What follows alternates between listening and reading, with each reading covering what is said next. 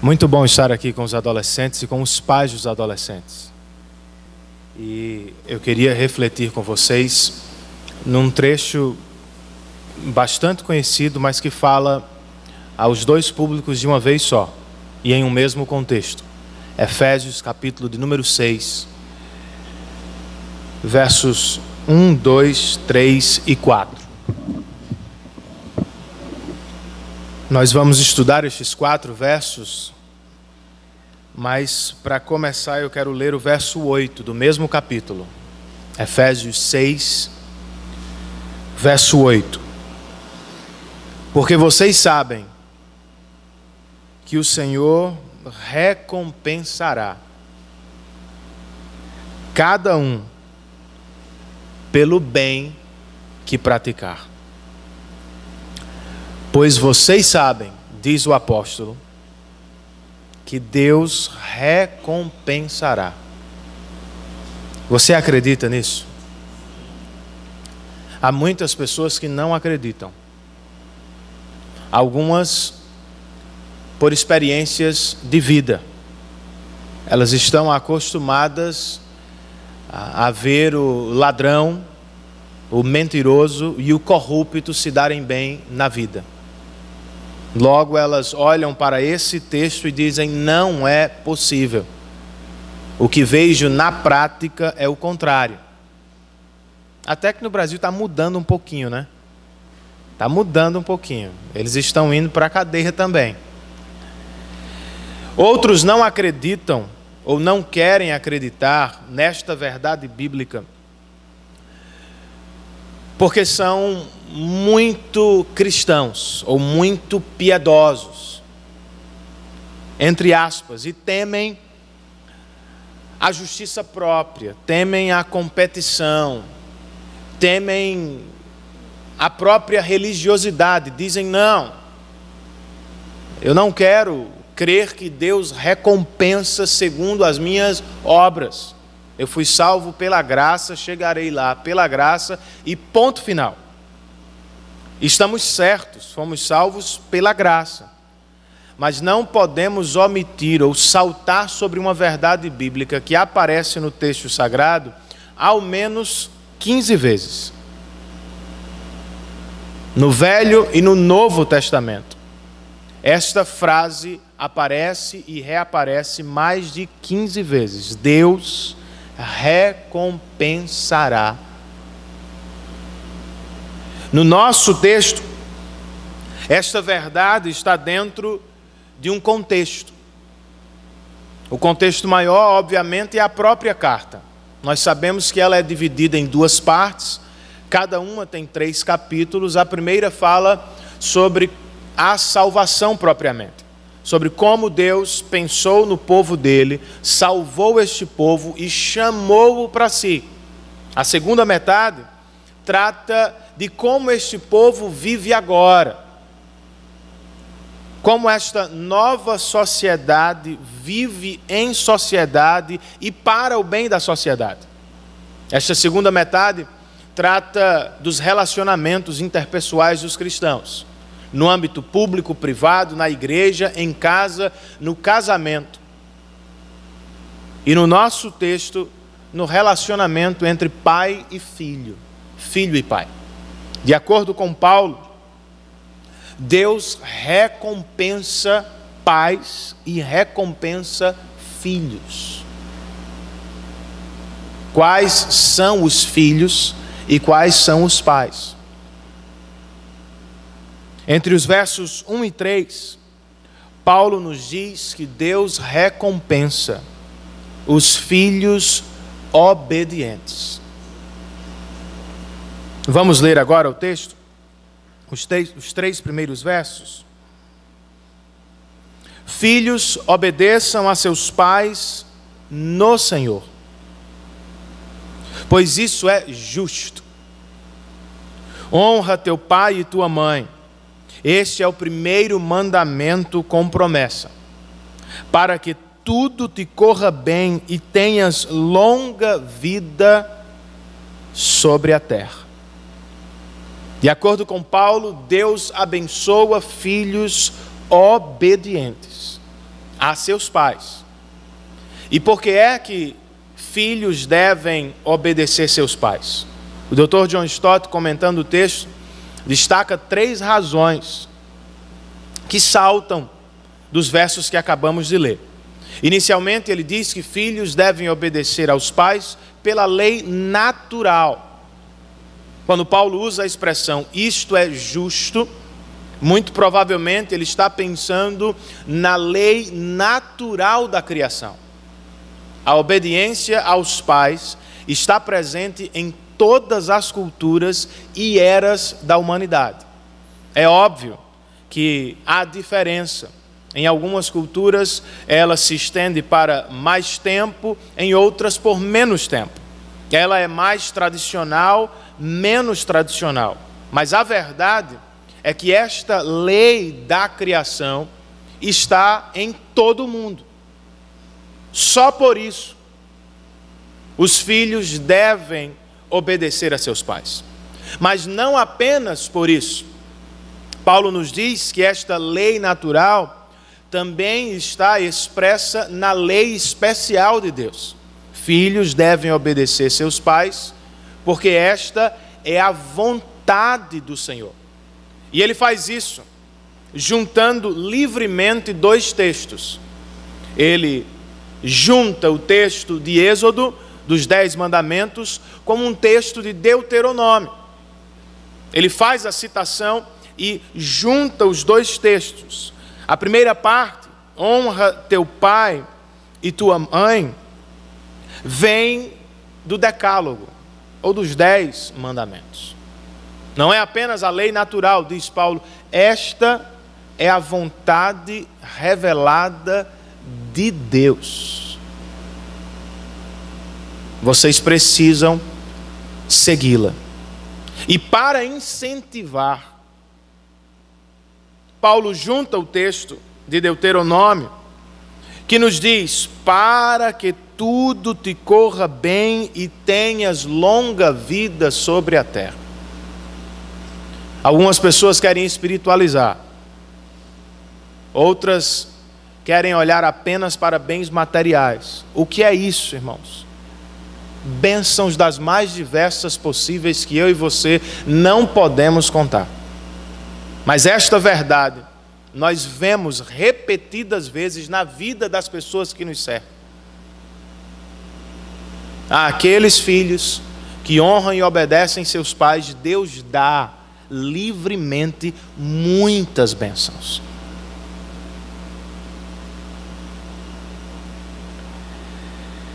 Mas ele também, neste texto, diz aos filhos que eles devem obedecer aos pais por causa do Evangelho. Eles devem obedecer aos pais por causa da lei natural, devem obedecer aos pais por causa da lei de Deus, mas na expressão no Senhor, Paulo chama o Evangelho ao debate. Ele coloca a obediência no âmbito evangélico cristão. Filhos devem obedecer aos pais por causa de Cristo e no poder de Cristo. Isto me leva a dizer a todos os filhos presentes: vocês podem obedecer a seus pais. Vocês podem não é o mesmo que vocês querem sempre. Não significa que será sempre fácil. Não, não será fácil. Filhos são pecadores caídos. E em muitas vezes, muitas ocasiões, serão dominados ou inclinados à natureza caída. Mas quando Paulo diz, vocês obedeçam a seus pais no Senhor, ele está dizendo que por causa de Cristo, da obra que ele realizou na cruz e nos nossos corações, de reconciliação com Deus, há também poder de Deus sobre as nossas vidas, para a obediência aos nossos pais, para a glória de Deus. Vocês podem vocês devem obedecer aos pais. É o que Deus espera. E é através desta obediência que Deus lhes dará muitas bênçãos na vida. Há limites na obediência, obviamente. Principalmente na idade de vocês, há limites externos, mas não internos. Eu não posso obedecer aos meus pais no coração, quando o que eles me pedem é contra o Senhor, ou contra a vontade do Senhor. Por exemplo, do lado de dentro, se os meus pais me impedem de adorar a Deus fisicamente, eu os obedeço do lado de fora. Mas do lado de dentro, eu não posso. Minha lealdade número 1 é a Cristo. Mas do lado de fora eu posso. Então há limites para esta obediência, até que vocês se tornem independentes e estejam totalmente dependentes da lei e do Evangelho do Senhor. Mas nesta primeira parte, Paulo diz que filhos obedientes recebem sim as bênçãos do Senhor. No verso 4 ele se volta aos pais. E de acordo com ele, Deus recompensa não qualquer tipo de pai. Não. Deus recompensa pais sábios. Ele oferece duas exortações simples, cheias de instrução bíblica. Primeiro ele diz: pai, não irritem seus filhos. Outras versões mais antigas diriam: não provoquem seus filhos. Antes mesmo de falar que os pais têm autoridade sobre os filhos e são responsáveis por eles, o apóstolo faz questão de dizer: não exagerem na autoridade, não abusem dela, não ultrapassem os limites impostos por Deus. E aí eu queria ler o comentário do Dr. Stott sobre este verso, irmãos, porque eu achei extremamente rico. Ele escreve: os pais podem facilmente abusar da autoridade, ou por fazerem exigências irritantes e absurdas que não levam em conta a inexperiência, ou por severidade e crueldade num extremo, ou por favoritismo e agrados exagerados no outro, ou por humilhar e oprimir os filhos, ou por fazer uso de duas armas vingativas: a ironia e a ridicularização. Estas são algumas das atitudes dos pais que provocam ressentimento e ira nos filhos. E então ele pergunta: quantos jovens irados, hostis à sociedade em geral, aprendem a hostilidade como crianças num lar que não lhes foi simpático. Há um lugar para a disciplina, mas ela nunca deve ser arbitrária nem rude. De outra forma, ficarão desanimados. Inversamente, quase nada leva a personalidade do jovem a florescer e seus dons a se desenvolverem, como o encorajamento positivo de pais amorosos e compreensivos.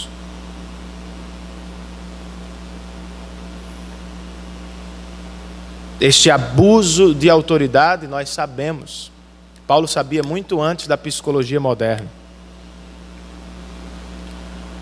Os mestres da lei de Deus sabiam muito antes que os abusos deixam marcas profundas que jamais deixarão a vida dos filhos. Podem ser reparados, mas jamais deixarão. Por isso ele começa com a exortação negativa: não irritem, provoquem, não exagerem na autoridade. Depois ele vai para a positiva: Qual é a positiva? Antes, criem-nos, segundo a instrução e segundo o conselho do Senhor. Criem-nos implica responsabilidade.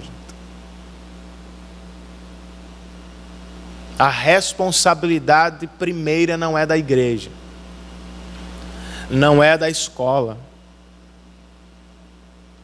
é dos pais.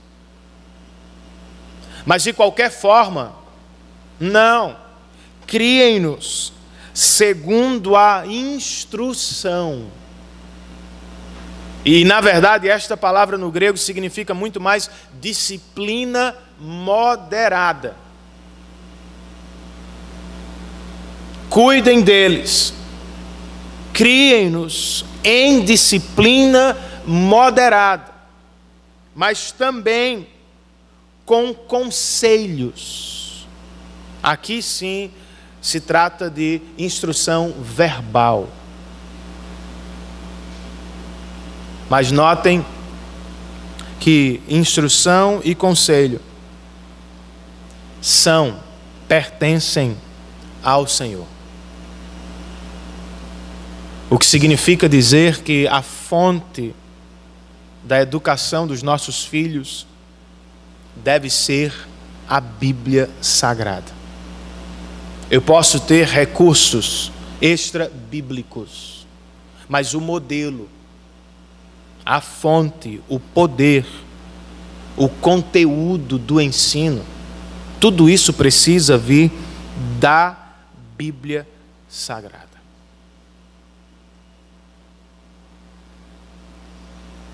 E quando Paulo diz que a instrução e o conselho são do Senhor, implícito está a verdade que o próprio Senhor estará presente conosco para nos recompensar à medida que educamos os nossos filhos. Você confia nisso? Você confia que Deus estará conosco no ensino dos nossos filhos? Então assumamos o nosso papel. A educação deles não pode ser confiada plenamente à escola. A educação da escola é diferente, ela é mais informação do que caráter. Ela também não pode ser confiada plenamente à igreja. A igreja é professor de reforço. Eu preciso assumir a responsabilidade da educação dos meus filhos.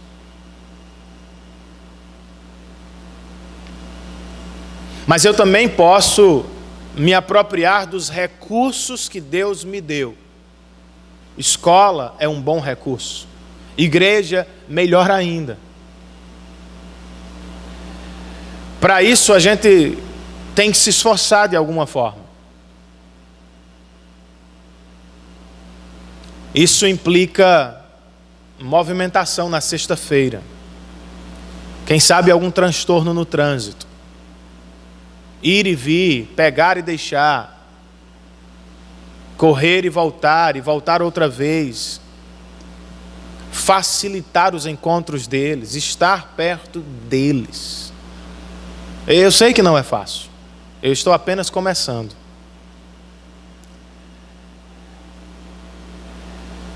Mas é extremamente importante, irmãos,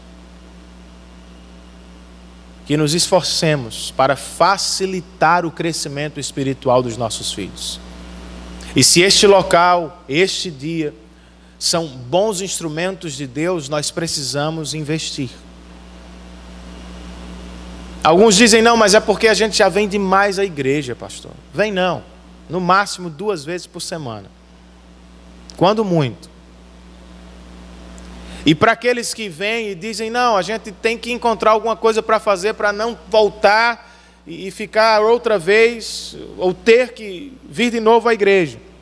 A partir da sexta-feira, não que vem, mas em 15 dias, dia 17, se não me falha a memória, nós vamos ter uma programação especial para pais de adolescentes na igreja, na hora do culto dos adolescentes. O ideal era que fizéssemos no mesmo dia e no mesmo horário o culto de oração dos adultos e o culto dos adolescentes, mas não conseguimos. Então o que é que vamos fazer? Teremos um pequeno grupo para homens e para mulheres, funcionando lá nas salas. Você não precisa deixar o filho, voltar para casa e só mais tarde buscá-los aqui. Se você quiser orar por eles conosco, nós vamos fazê-lo com você. Se quiser aprender na Bíblia sobre como criá-los e receber ajuda uns dos outros, nós estaremos aqui fazendo isso, a partir do dia 17, se Deus permitir. Mas isso tudo, irmãos, na certeza de que o Senhor estará conosco. E de que Ele nos levará às recompensas que tem para os pais e para os filhos. Para os pais, a grande recompensa é ver... Eu não gosto muito dessa palavra, mas vou usá-la e depois vou explicar. O sucesso dos filhos. Eu acho que a palavra ela é estigmatizada. E sucesso para os não cristãos significa apenas vitórias materiais e resultados e coisa do tipo. Para o cristão também, mas não apenas e não demais. O maior sucesso, êxito dos filhos que o pai pode ver e se alegrar é encontrá-lo amando e servindo o Senhor. E este espaço, os irmãos que se envolvem com os nossos filhos, gente, estão nos ajudando para que o Evangelho surja no coração deles e os forme como discípulos de Cristo Jesus para a glória de Deus Pai. E eu e vocês precisamos nos esforçar por isso. Até ajudá-los. Nós teremos neste ano de 2017 um casal conselheiro, Sérgio e Naide. Eles já estão ali, estiveram conosco no acampamento, como outros pais estiveram também, e deram muito duro. E recentemente ele me procurou, dizendo que estava disposto a servir. E se possível, perto da filha. Por que não? Auxiliá-la num momento tão importante. Então que você também se esforce e esteja investindo neles. Se eles não estivessem aqui, estariam aonde? E você estaria onde? Então talvez esta seja mesmo a melhor programação de sexta-feira à noite, para filhos e para pais, juntos, orando, aprendendo a palavra, instruindo uns aos outros e cuidando uns dos outros. Então que seja um ano, irmãos, de muitas recompensas do Senhor, para a glória do Senhor. Por que é que às vezes é tão difícil, filhos, obedecer aos pais, pais, liderarem como Deus espera? O grande obstáculo é o medo, irmãos.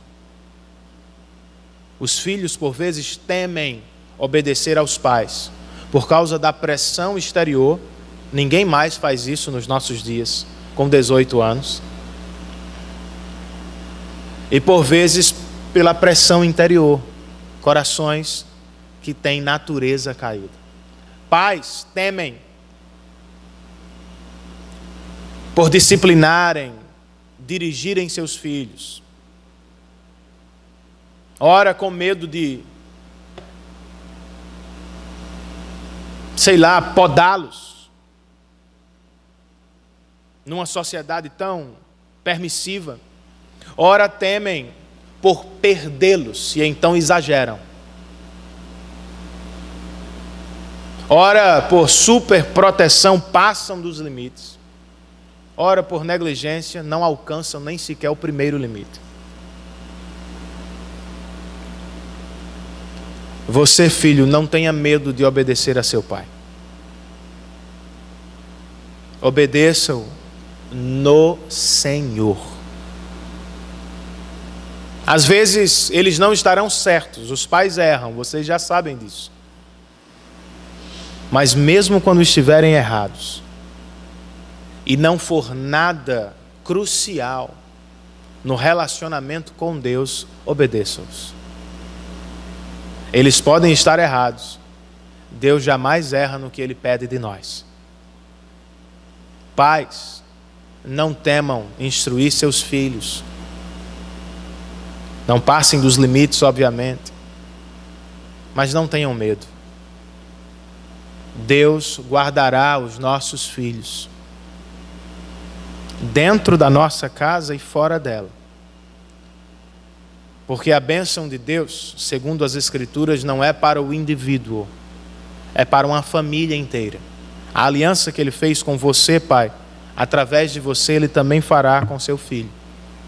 E isso deve trazer alguma segurança aos nossos corações. Por graça, Ele nos recompensará. Mas isto também é de acordo com a responsabilidade que assumimos diante dEle. Que o Senhor abençoe aos pais e aos filhos e ao ministério de adolescentes da nossa igreja ao longo deste ano.